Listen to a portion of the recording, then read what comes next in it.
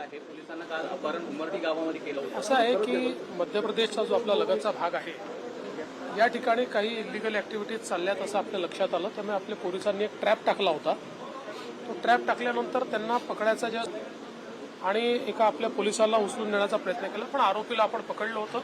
मध्य प्रदेश पोलिसांच्या मदतीने आपण पोलिसही आपला सोडवलेला आहे आणि आपण मध्य प्रदेश पोलिसांना हे सांगितलेलं आहे की अशा प्रकारे इलिगल ॲक्टिव्हिटी तुमच्याकडे होत आहेत आणि त्याचा परिणाम आमच्यावरही शेवटी ते जे काही शस्त्रबिस्त्र बनतात ते आपल्याकडे देखील येतात. त्यामुळे त्या संदर्भात कोऑर्डिनेशन करण्याचा प्रयत्न चालला. धनंजय मुंडेंनी सुरेश दसांच्या भेटीवरून राजकारण आपल्याला आता दसांच्या भूमिकेवरही संशय व्यक्त केला जातोय. असं आहे की कोण कोणाला भेटलं याच्यावर जर अशा प्रकारे राजकारण होत असेल तर लोकशाहीमध्ये ते योग्य नाही आहे. लोकशाहीमध्ये संवाद हा सुरू राहायला पाहिजे आणि सुरेश धस यांनी ज्या प्रकारे या संपूर्ण प्रकरणामध्ये खंबीर भूमिका घेतलेली आहे ती सर्वांनी बघितलेली आहे.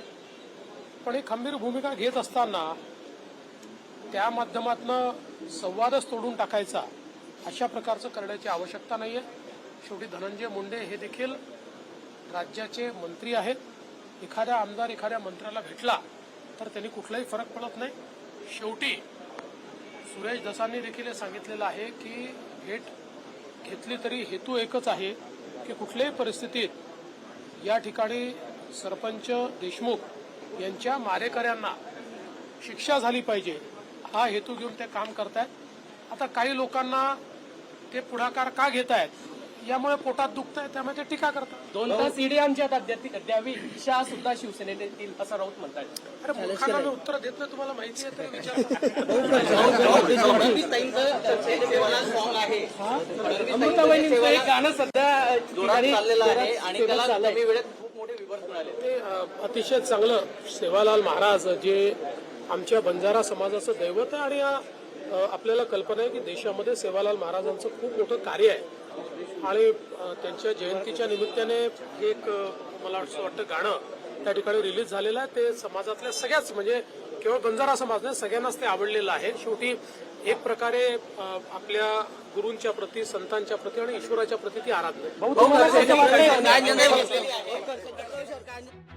सर्व शाळांमध्ये मराठी शिकवणं बंधनकारक असल्याचं महत्त्वाचं विधान मुख्यमंत्र्यांनी केलं तर कोण कोणाला भेटलं यावरून आता राजकारण नको असं महत्त्वाचं विधान देखील देवेंद्र फडणवीसांनी केलेलं आहे. तर राज्यातील सर्व शाळांमध्ये आता मराठी सक्तीचे आहे असं मुख्यमंत्र्यांनी महत्त्वाचं वक्तव्य केलं आहे.